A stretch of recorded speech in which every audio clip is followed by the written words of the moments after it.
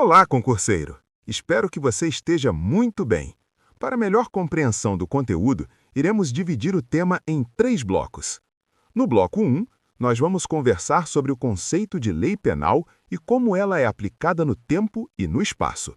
Fica comigo porque isso cai muito em prova e entender agora facilita todo o resto. Quando falamos em lei penal, estamos falando da regra criada pelo Estado para dizer o que é crime e qual é a consequência para quem pratica essa conduta. Em outras palavras, é a lei que define o que pode e o que não pode fazer, além da pena aplicada em caso de descumprimento. No Brasil, a principal lei penal é o Código Penal, junto com várias leis especiais, todas em vigor. Aqui entra um ponto essencial. Já parou para pensar se alguém pode ser punido por algo que não era crime quando foi praticado? A resposta é não. Isso acontece por causa do princípio da legalidade. Não existe crime sem lei anterior que o defina, e não existe pena sem lei anterior que a estabeleça. No dia a dia, isso garante segurança para todos. Imagine alguém que faz algo hoje que só amanhã passa a ser considerado crime. Essa pessoa não pode ser punida por esse fato passado. Agora vamos falar da aplicação da lei penal no tempo. A regra é simples. A lei vale para fatos praticados depois que ela entra em vigor. Porém, existe uma exceção muito importante para concursos. A lei penal mais benéfica pode retroagir. Isso significa que se surgir uma lei nova que favoreça o réu, ela pode alcançar fatos anteriores. Um exemplo comum é quando uma lei reduz a pena de um crime. Quem já foi condenado pode ter a pena reduzida. Faz sentido, não faz? Também precisamos falar da aplicação da lei penal no espaço. A regra geral é que se aplica a lei penal brasileira aos crimes cometidos no território nacional. E território aqui não é só o chão.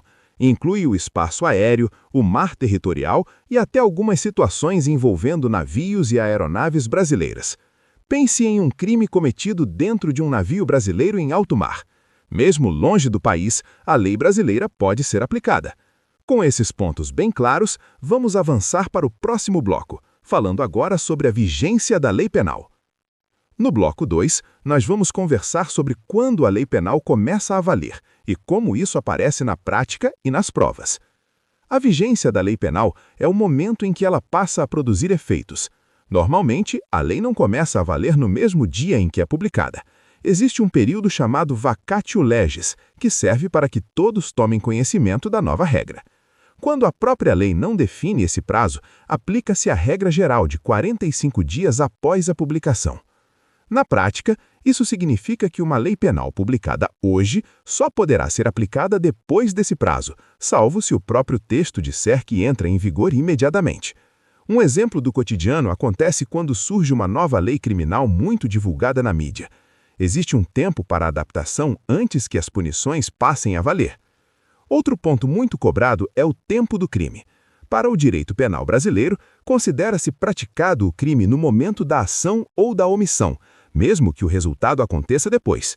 Esse entendimento é conhecido como teoria da atividade. Imagine alguém que pratica uma conduta hoje, mas o resultado só aparece dias depois. Para a lei penal, o crime aconteceu no momento da conduta. Aqui também entram 2 conceitos importantes.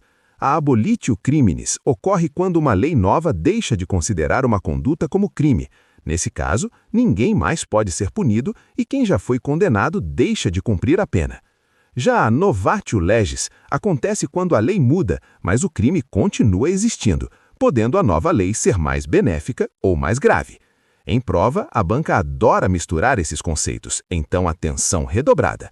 Agora que você já entendeu vigência e efeitos da lei penal, vamos fechar o tema falando sobre interpretação. No bloco 3, nós vamos conversar sobre a interpretação da lei penal, um assunto decisivo para acertar questões mais complexas. Interpretar a lei penal é buscar o real sentido da norma. Nem sempre o texto é totalmente claro e, por isso, o intérprete precisa compreender o alcance da regra. A interpretação literal é aquela que analisa exatamente o que está escrito. Já a interpretação sistemática observa a norma dentro do conjunto das leis. Um artigo do Código Penal precisa ser entendido em harmonia com os demais dispositivos e com a Constituição. Existe também a interpretação teleológica, que busca a finalidade da norma. Aqui a pergunta é simples: qual foi o objetivo do legislador ao criar essa regra?